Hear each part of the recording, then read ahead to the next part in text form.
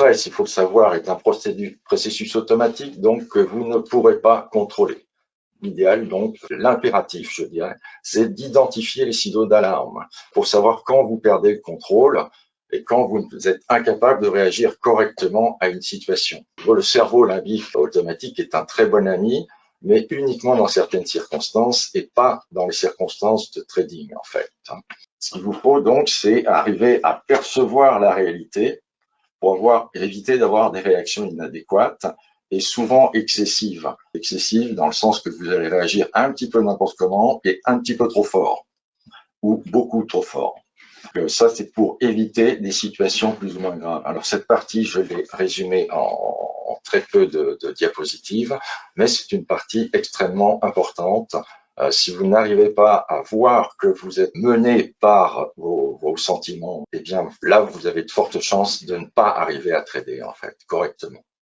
Les principaux symptômes à détecter, comme quoi vous perdez, en fait, les pédales, c'est d'éloigner le stop loss.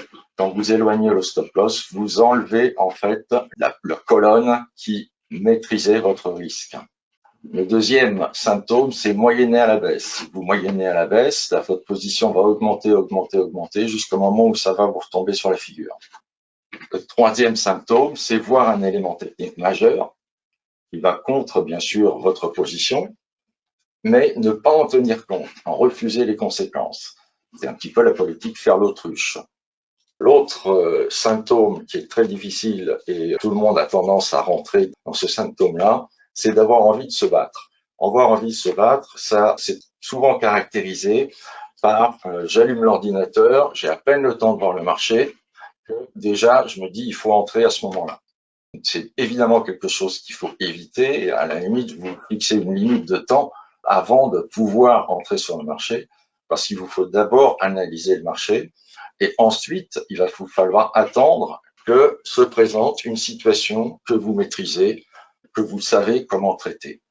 Mais surtout, n'allez pas sur le marché directement à partir du moment où vous allumez l'ordinateur. Donc, à peine connecté, vous entrez en position. Qu'est-ce que ça veut dire? C'est que vous avez peur de rater une occasion. Vous avez envie de combattre le marché, mais le marché est plus fort que vous. Vous êtes impatient de montrer au marché que vous le dominez. Donc, vous êtes courageux. Vous pensez que le marché va se plier à vos désirs. En fait, vous ne tenez pas compte d'une analyse logique. Vous vous considérez comme assez fort pour vous en passer. Parce que ce que vous voyez directement vous inspire l'action d'entrer sur le marché. Si vous raisonnez comme ça, vous n'êtes pas un trader, vous êtes un joueur. Donc, éloignez le stop loss. En général, c'est quand la position tourne mal. Donc, vous refusez la perte. Vous refusez la perte et souvent en prétextant que le stop était trop près et qu'il serait maintenant logique de le placer plus loin. Il serait peut-être logique de le placer plus loin si vous rentriez à ce moment-là, mais vous rentrez avant, vous aviez un stop. Donc, éloigner le stop loss, c'est augmenter en fait vos chances de perdre beaucoup. Vous augmentez votre perte potentielle. Vous augmentez votre potentiel de perte et pas votre potentiel de gain. Vous risquez en plus de sortir de votre money management, c'est-à-dire de miser entre guillemets trop grosse position pour votre portefeuille. Vous raisonnez comme un battant, un combatif, vous avez envie de combattre encore une fois le marché. Et si vous faites ça, le marché est plus fort que vous. Vous ne raisonnez pas en trader, vous n'êtes pas un trader. Éloigner le stop loss, ce n'est pas une réaction de trader. Moyenner à la baisse, c'est bien sûr aussi quand la position tourne mal. Et encore une fois, vous refusez la perte. Maintenant, le prétexte, c'est toujours que votre entrée était prématurée cette fois. Donc, vous estimez que vous avez fait une entrée prématurée. Encore une fois, vous refusez d'être vaincu et vous voulez moyenner votre prix de revient pour pouvoir sortir sans perte la plupart du temps.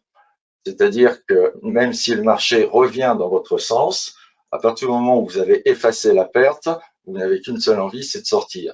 Ce qui revient en fait à augmenter votre potentiel de perte puisque vous avez augmenté la taille de votre position, mais vous n'augmentez pas votre potentiel de gain en fait.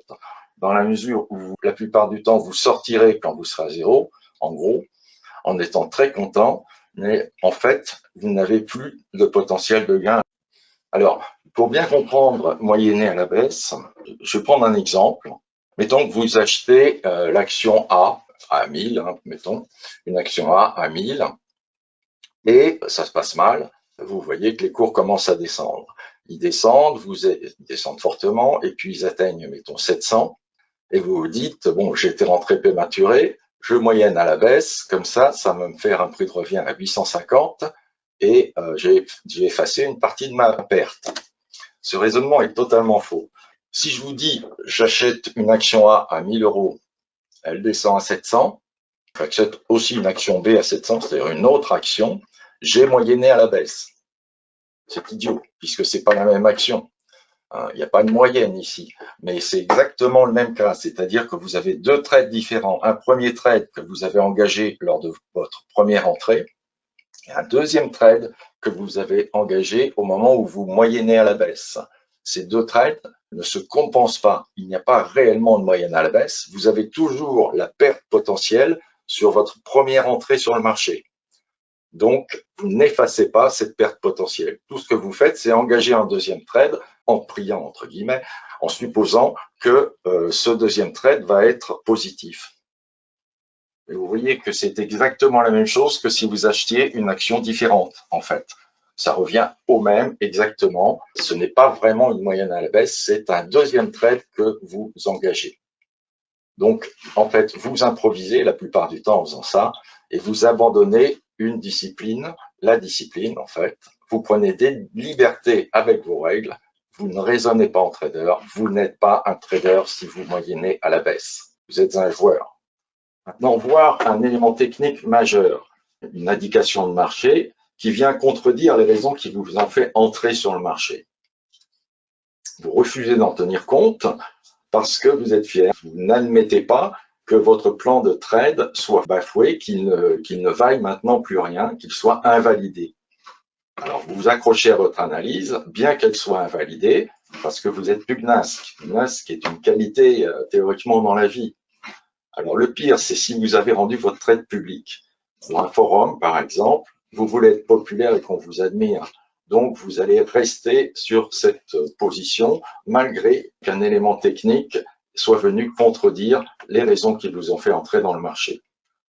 Qu'est-ce que vous faites en réalité? Vous faites l'autruche et vous passez en mode espoir.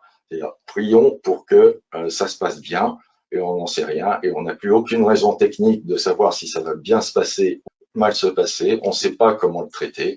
Vous ne raisonnez pas en trader, vous n'êtes pas un trader si vous refusez de voir les éléments techniques qui vont contre votre plan de trade. Maintenant, on attaque les règles à respecter. J'ai énuméré un certain nombre de règles. Il faut s'y tenir, il ne faut pas y déroger. Alors, première règle, le money management, ça consiste à maîtriser son risque par rapport à la taille de son capital. Ce qu'il faut savoir, là je ne vous fais pas la démonstration, c'est que même avec une méthode gagnante, on peut perdre son capital. On a fait un certain nombre de tests répétés sur une méthode gagnante en faisant des tirages aléatoires et en regardant ce qui se passe en fonction du risque que l'on prend, plus ou moins de risque. Les conclusions, c'est que si vous prenez un risque de 2% du capital sur un trade, c'est-à-dire que vous risquez de perdre 2% de votre capital, pas plus ou plus d'ailleurs, extrêmement rarement ça peut bien se passer, mais un risque par trade de 2% du capital, c'est pratiquement se mettre un revolver sur la tempe. Il faut savoir qu'avec un risque de 1% du capital, là ça se passe beaucoup mieux, mais même si vous gagnez un petit peu au départ, il est possible que vous ayez une mauvaise série et que cette mauvaise série, par exemple une perte de 30% de votre capital, vous fasse abandonner cette méthode gagnante. Donc c'est dommage, vous avez une méthode gagnante, mais vous risquez de l'abandonner si jamais ça se passe mal. Alors sachez quand même qu'avec 1% du capital, c'est souvent un niveau en dessous duquel il est difficile de descendre quand on a un petit capital, en fait. Si on a un gros capital, il n'y a pas d'excuse. On survit la plupart du temps avec une méthode gagnante si on ne risque que 0,50% du capital. Alors, la plupart du temps, ça veut dire 95%. C'est-à-dire que dans 95% des cas, vous utilisez votre méthode gagnante, vous vous y tenez, elle vous fait gagner de l'argent et vous ne perdez pas. Si vous avez une période de perte, elle sera très inférieure à 30% du capital. Donc ça, le money management, c'est la base de départ. Si vous voulez continuer à trader, il faut impérativement protéger votre capital. N'engagez pas des positions fortes en disant je vais gagner énormément et puis comme ça je pourrais miser un peu plus et puis avoir un money management plus raisonnable. En général, quand on fait du petit double pratiquement, ça peut marcher une fois ou deux, et puis la troisième fois c'est fini. Donc même en cas de petit capital, maîtrisez votre risque. Au maximum, je dirais 1% du capital, et si vous pouvez 0,50% du capital risqué à chaque trade, c'est ce qu'il y a de mieux. Deuxième règle, je n'éloigne jamais mon stop loss. Le stop loss, c'est la béquille qui vous empêche de tomber dans la perte, dans la grosse perte en fait. N'oubliez pas que si vous l'éloignez, vous augmentez votre risque. C'est-à-dire que la plupart du temps, vous passez en mode espoir. J'éloigne mon stop, mais j'espère que cette fois, ça va se retourner. La plupart du temps, la chute est dure parce que vous allez perdre plus que raisonnable et vous n'allez pas respecter votre money management. La conséquence de ça, c'est que quand on place son stop loss, il faut apporter un soin particulier à l'endroit où on le place. Il faut le placer bien sûr correctement, mais surtout pas trop près. Ne pas chercher à avoir un trade de 400 points avec un stop loss à 10 points. Ça peut marcher une fois de temps en temps. La plupart du temps, vous perdrez vos 10 points. Vous enchaînerez les petites pertes. Donc, il vaut mieux engager une position moindre avec un stop loss bien placé, pas trop près, qui laisse la place pour la volatilité du marché, plutôt que engager une position un peu plus importante et mettre le stop loss trop près. La troisième règle, je ne renforce jamais une position perdante. Quand vous renforcez une position perdante, c'est comme si vous montiez sur une échelle de plus en plus haut. La chute n'en sera que plus dure si jamais ça va jusqu'à votre stop loss. N'oubliez pas que le renforcement perdant est une illusion. En fait, en moyennant, psychologiquement, vous êtes plus confortable et pourtant, vous renforcez votre potentiel de perte tout en annulant pratiquement vos possibilités de gain. Donc, c'est vraiment pas quelque chose à faire. Au mieux, vous sortirez dès que le prix du marché aura atteint votre prix de revient. Donc, n'oubliez pas que renforcer une position perdante, ce n'est jamais que prendre une autre position. Ça n'efface pas la perte. On a l'impression que puisque le prix de revient est plus près, alors ce sera plus vite fait d'effacer la perte. Mais non, la perte potentielle sur le premier trade existe toujours. Si vous engagez un renforcement sur une position perdante, alors vous initiez en fait un nouveau trade, mais vous n'effacez pas la perte potentielle du premier. Au pire, effectivement, la perte peut devenir abyssale. On connaît qui ont perdu 30% de leur capital comme ça, pratiquement en une position. Quatrième règle à respecter, je n'enchaîne pas les paires. Alors on vous dit souvent, il faut éviter l'overtrading, c'est-à-dire multiplier les trades, faire trop de trades pendant une journée si vous êtes des traders. Donc si vous êtes des traders, il faut savoir que ceci est faux. Vous devez non pas éviter de multiplier les trades, vous devez éviter les séries de pertes, mais rien ne vous empêche de faire des séries de gains. C'est-à-dire que si vous faites des séries de gains, si vous gagnez suffisamment et régulièrement sur une journée ou sur plusieurs journées, je ne sais pas comment vous travaillez au juste, on va se placer dans le cas de l'intraday, eh bien, rien ne vous empêche de continuer à trader.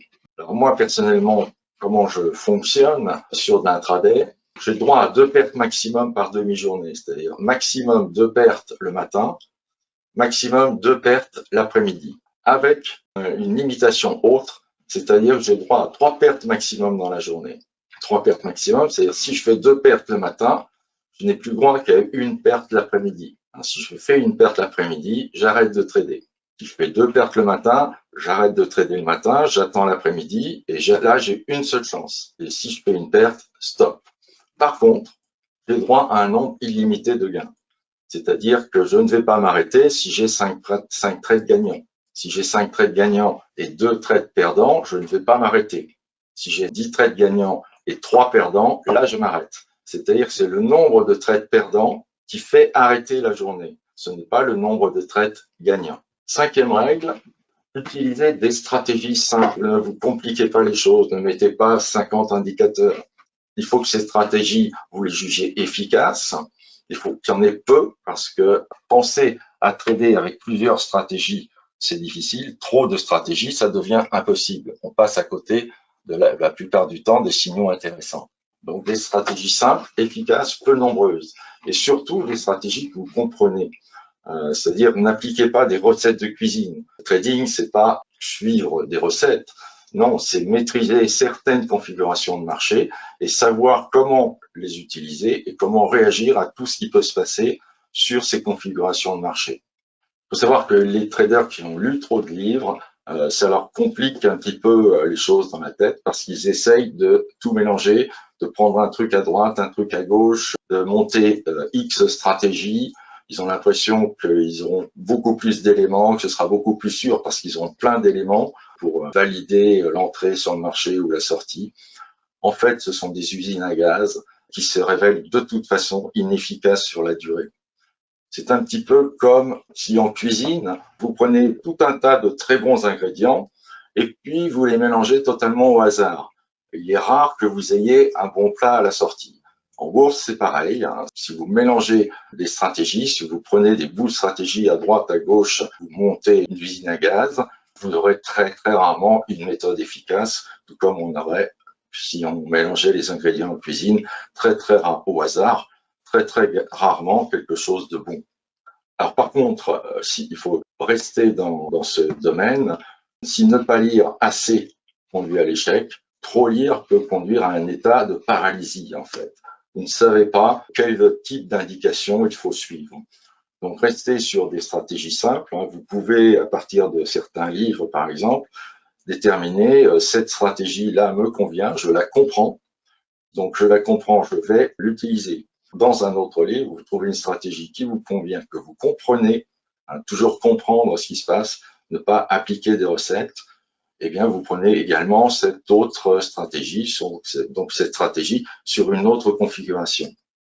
Et puis, vous faites ça, mais vous n'utilisez pas 50 configurations différentes. Limitez-vous à 2, 3 configurations que vous attendez. Point. C'est un maximum quand on fait du trading de façon discrétionnaire. Sinon, vous n'arriverez pas à maîtriser tout et vous allez vous fatiguer en plus en essayant de voir tout dans tous les sens. Et étant fatigué, vous serez d'autant plus enclin à faire des bêtises graves quelquefois. 6e règle, je n'entre pas sans une analyse, un plan de trade cohérent qui correspond à une situation connue. Situation connue, ça c'est très important.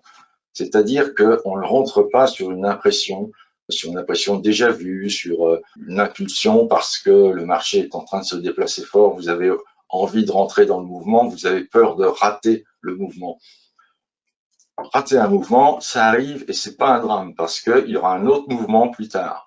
Et le mouvement plus tard, s'il correspond à une situation que vous connaissez, s'il correspond à une configuration que vous maîtrisez, que vous comprenez, alors vous la prendrez. Et ce n'est pas grave si vous ratez une configuration même connue, c'est pas grave si vous la ratez, il y en aura d'autres plus tard. Donc il faut savoir que plonger dans le marché sans attendre cette configuration favorable, eh bien c'est pratiquement accepter de commencer la journée par une perte, en particulier le matin. C'est-à-dire c'est comme plonger dans une piscine vide. Vous sautez, vous n'avez pas vérifié que la piscine est pleine et vide parce que vous avez envie de plonger. D'accord, vous avez envie de plonger, mais quelquefois la piscine est pleine, quelquefois la piscine est vide. Donc vous devez disposer d'un catalogue de configurations connues, un catalogue qui ne soit pas trop important. Alors, il faut savoir, voilà, c'est fini pour les règles. Vous voyez, il y a 6 règles, donc pas très compliquées à comprendre, parfois compliquées à appliquer. Si vous dérogez à ces règles, surtout reprenez à zéro. C'est-à-dire que si vous aviez, mettons, si vous engagiez 3 CFD, par exemple, sur votre position habituellement au départ, eh bien non. Dans ce cas, vous reprenez à 1 CFD et vous faites vos gammes. C'est-à-dire que vous êtes extrêmement attentif à bien respecter les règles. Et quand vous aurez récupéré la perte qui a été générée par des règles que vous n'avez pas respectées, et à ce moment-là seulement, vous serez capable de continuer le trading comme vous l'aviez avant.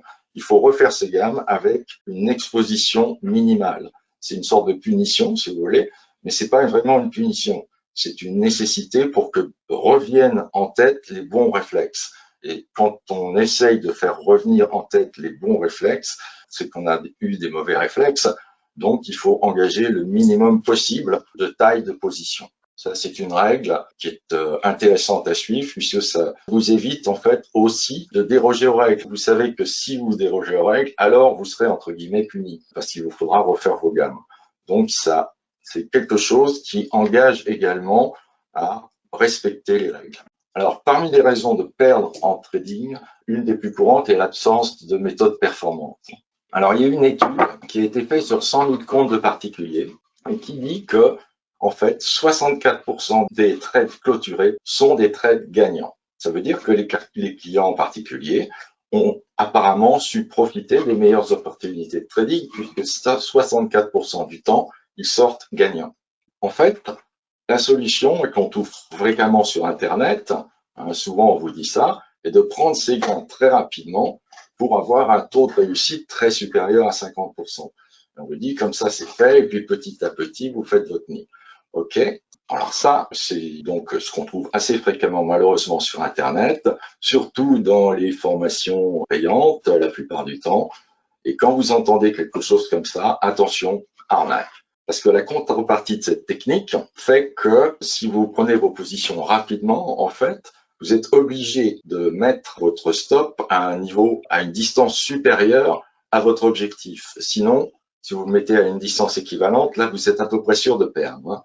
Donc, pour avoir ce pourcentage de trade important, vous êtes obligé d'éloigner votre stop par rapport à votre objectif. Donc, en fait, vous ne pouvez pas prendre vos pertes aussi rapidement que vos gains. Et donc, ça revient à accepter de laisser courir les pertes, d'abord un peu, puis inévitablement, puisque vous ne gagnez que très peu par trade, inévitablement, vous allez perdre beaucoup. Donc, n'oubliez pas que ce n'est pas parce qu'on a un gros pourcentage de trades gagnants qu'on gagne finalement sur le compte de trading.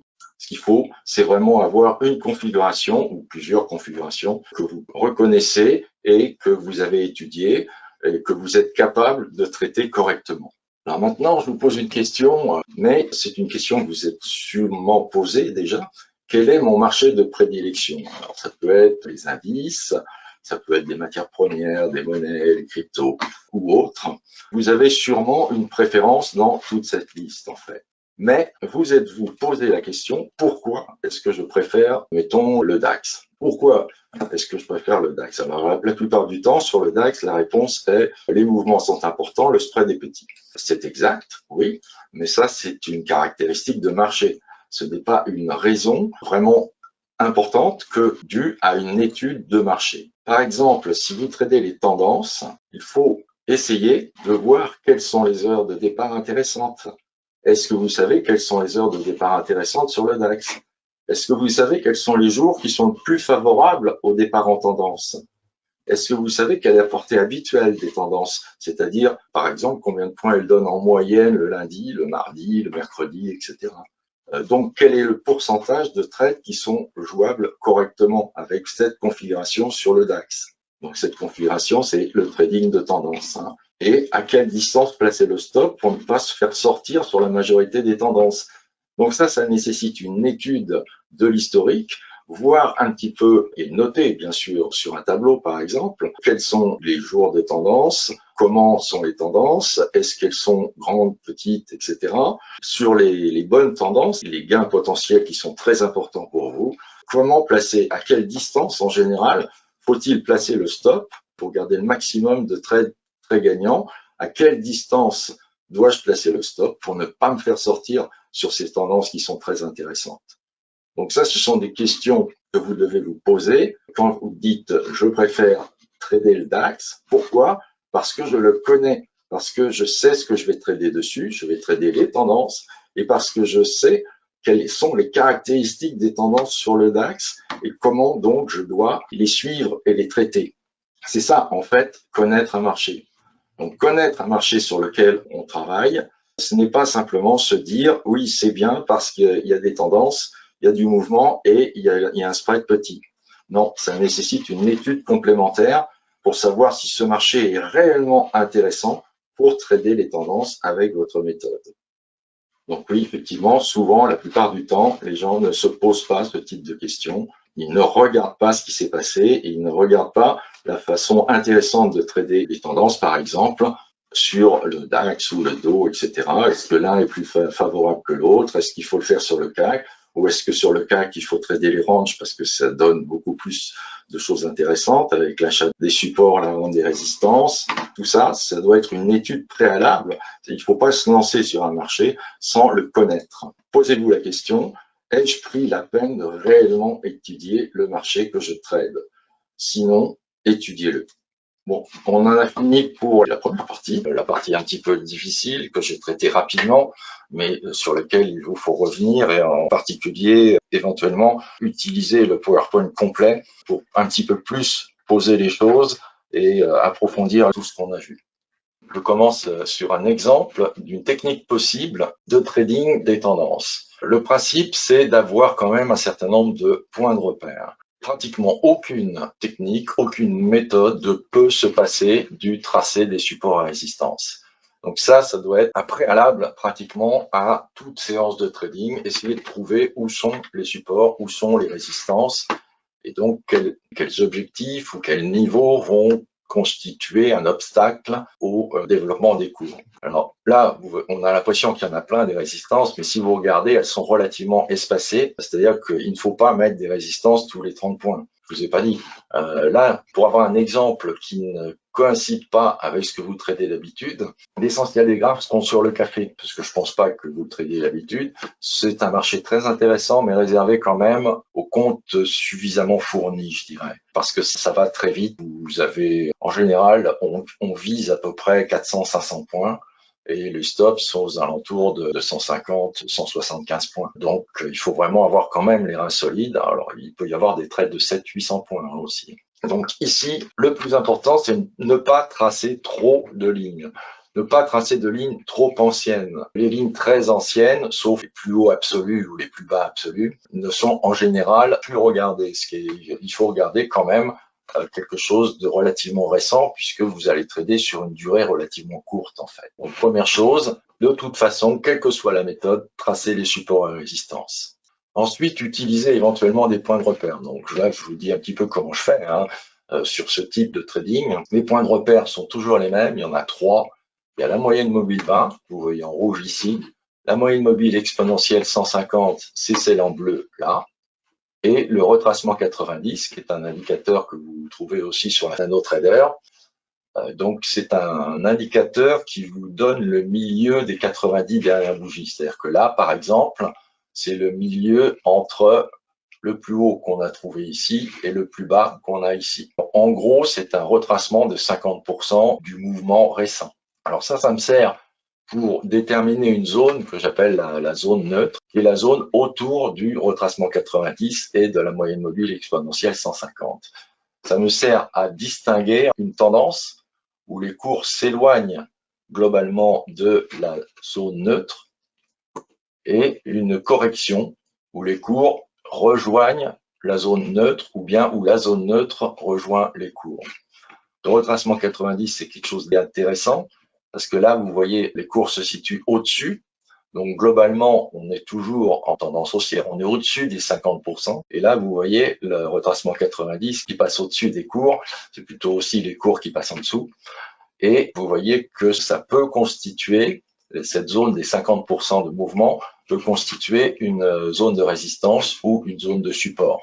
Donc c'est une autre indication assez intéressante. Et surtout, là, quand on est dans cette zone ici, je considère qu'on est en range. Donc j'examine, j'essaye de voir entre quel niveau et quel niveau on est en range. J'utilise également un indicateur. Je vous conseille d'utiliser un indicateur, 2 éventuellement, surtout pas 5 indicateurs, parce que suivre 5 indicateurs en même temps, 1, c'est très fatigant, donc on va faire des bêtises, et 2, vous n'arriverez pas à les suivre, vous ne pouvez pas arriver. Surtout si en plus vous avez plusieurs marchés. Si vous surveillez 4 marchés avec 5 indicateurs, à moins que vous soyez vraiment quelqu'un d'exceptionnel, vous n'y arriverez pas.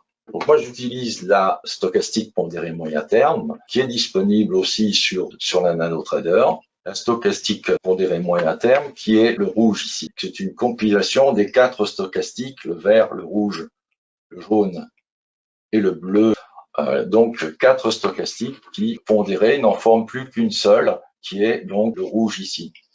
Alors quel est l'intérêt? L'intérêt, c'est quand on est par exemple en poussée globalement haussière, eh bien, on va aller chercher les bas de STPMT pour acheter. On va attendre donc les bons moments pour acheter, ce qui correspond à ce niveau-là ou à ce niveau-là. Et là, vous avez indiqué le mouvement. Vous avez aussi une indication de timing. La distance, par exemple, entre les bas ici n'est pas exactement la même, mais très proche. Donc, non seulement on a une idée du moment où il faut rentrer acheteur, puisqu'on ne peut rentrer que acheteur ici, par exemple. Donc, vous avez une idée du moment où on peut rentrer acheteur et vous avez une idée, 1, du signal, 2, du moment. Vous savez qu'autour de 3 heures, vous allez avoir 2 bas espacés. Donc, vous allez avoir ici un bas 3 heures après ce bas-là, à peu près. Bon, c'est un petit peu plus compliqué que ça dans la mesure où souvent la structure est en double sommet, comme ici et comme ici. Vous voyez. Donc là, vous avez en fait un bas ici, un bas là, un bas là et un bas là. Et là, ça c'est un seul mouvement avec un bas du milieu, si vous voulez, très fort. Là, par exemple, on passe avec une poussée négative. La poussée négative, c'est indiqué ici par la petite bande rouge, qui est un rappel, qui est basé sur la zone neutre et la façon dont la zone neutre se présente. Alors, c'est un indicateur que vous pouvez mettre dans votre plateforme, qui est disponible aussi, vous regardez sur Mogalef Trading, dans les conférences précédentes, c'est le menu Home. Dans le menu Home, vous avez l'ensemble des PDF des conférences précédentes et les indicateurs gratuits qui sont en téléchargement. Donc ça vous permet d'afficher à la fois la moyenne mobile exponentielle 150 et le retracement 90, et ça vous trace une petite bande au milieu pour vous indiquer dans quel sens la poussée est apparemment dominante. Donc ça peut être une aide visuelle très intéressante qui éventuellement évite de faire des bêtises. Donc un indicateur et éventuellement un deuxième si vous en avez besoin, mais attention, on n'a pas besoin des indicateurs tout le temps. On a besoin des indicateurs quand leurs indications ont un sens. Là, ici, en l'occurrence, le répulse que vous avez également sur la plateforme, le répulse ne va me servir que pour la détection des divergences, savoir où est la poussée. Donc là, par exemple, une divergence baissière ici. Donc, je m'attends à une baisse éventuelle derrière. Ici, une divergence haussière qui m'indique que peut-être qu'il serait temps de sortir du mouvement. Alors là, ce que je vous propose en fait comme méthode, c'est la cassure de range. Que se passe-t-il ici, par exemple?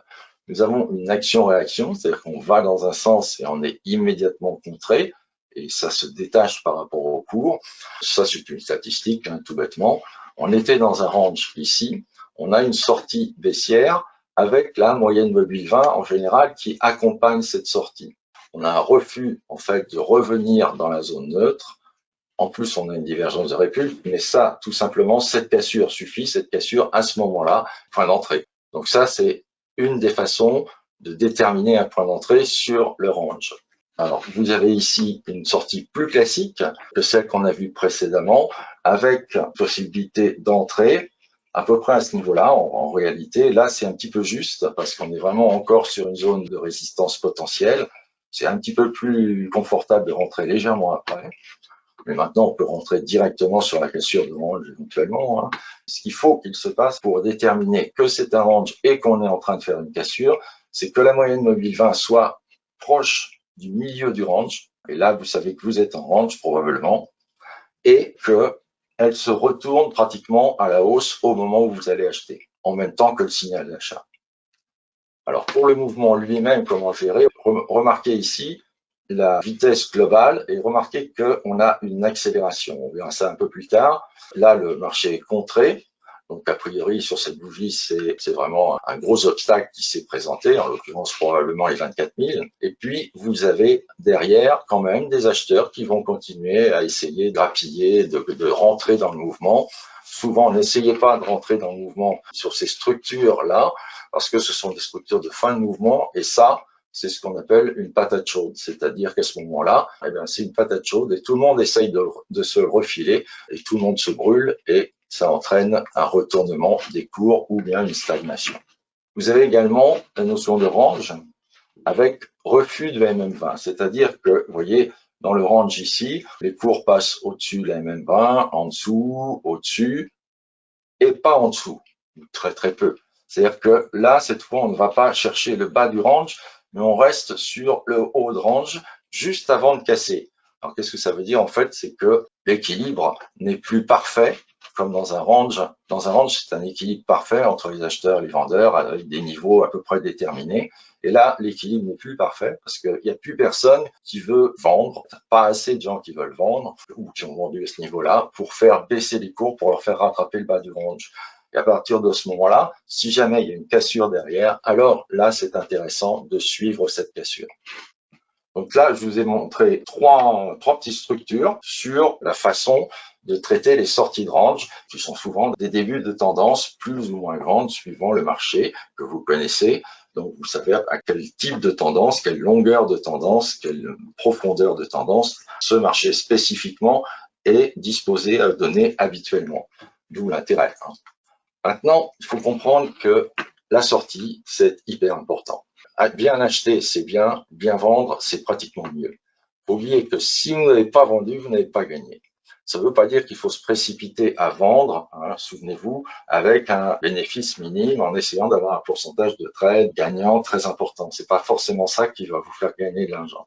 Donc, il est très important de savoir quand sortir ou au moins quand se préparer à sortir.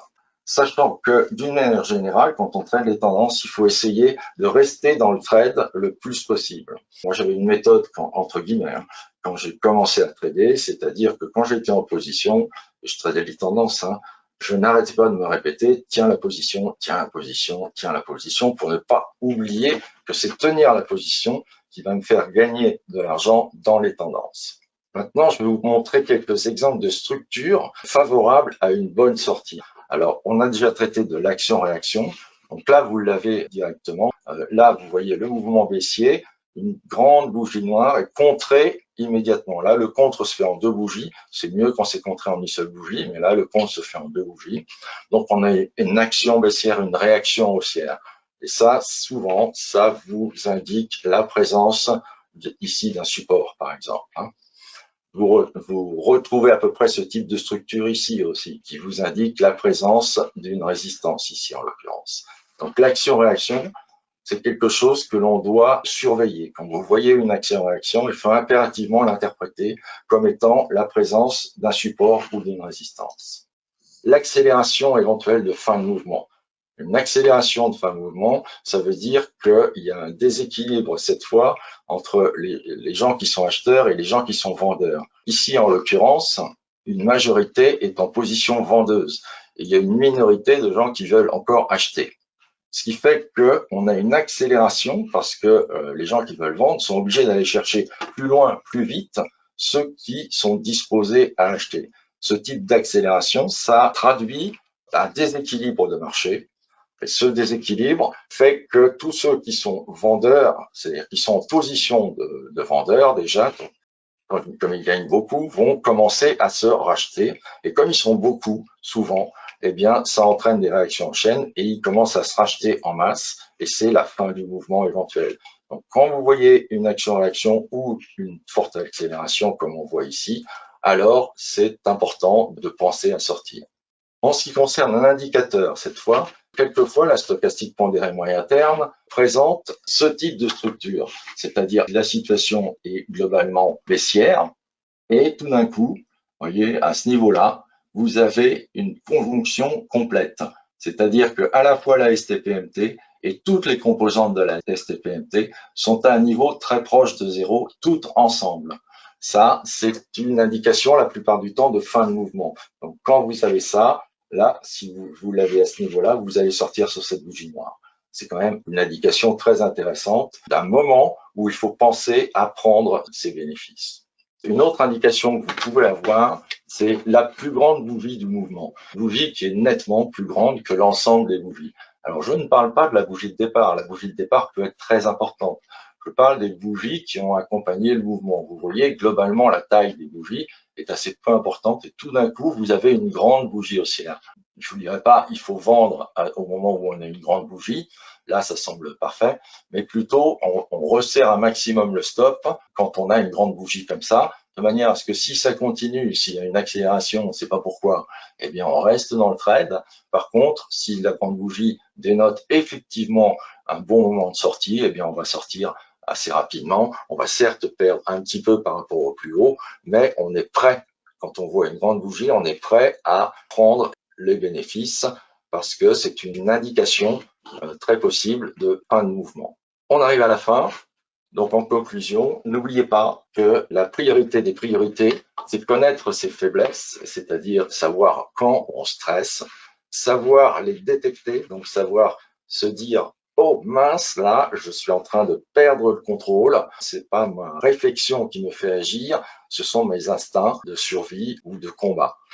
Donc, pour ne pas subir la loi des cerveaux primaires et secondaires, il faut être capable à tout moment, surtout quand on va faire une bêtise, et on le sait, eh bien, il faut être capable à tout moment de se dire là, non, ça va pas, je dois sortir de position parce que je ne suis plus en état de trader correctement. Ensuite, il faut avoir la volonté, bien sûr, de tenir compte des règles de trading, de les respecter pour assurer la sécurité du compte. Parce que c'est pas sur un jour, une semaine, un mois que se jugent les résultats. Les résultats se jugent sur la régularité de la progression. La régularité de la progression, ça veut dire que vous tenez compte des règles, les 6 règles que je vous ai données ici. Ensuite, n'oubliez pas d'étudier le marché que vous tradez. Ne tradez pas un truc au hasard. Est-ce que sur ce marché, je peux trader les tendances? Est-ce que les sorties de range sont intéressantes, propres ou pas? Ça, c'est vraiment quelque chose que l'on doit faire, c'est prendre le temps d'étudier le marché, quelle est la nature du marché que l'on trade. Et seulement après tout ça, avoir une méthode facile à surveiller, pas 6 écrans avec un graphe sur chaque écran avec 5 indicateurs. Ça c'est joli, ça fait pro, mais non, en fait c'est pas pro. Donc une méthode facile à surveiller et n'oubliez pas, quelle que soit votre méthode, qu'il faut tenir compte des supports à résistance, c'est le b.a.-ba de tout.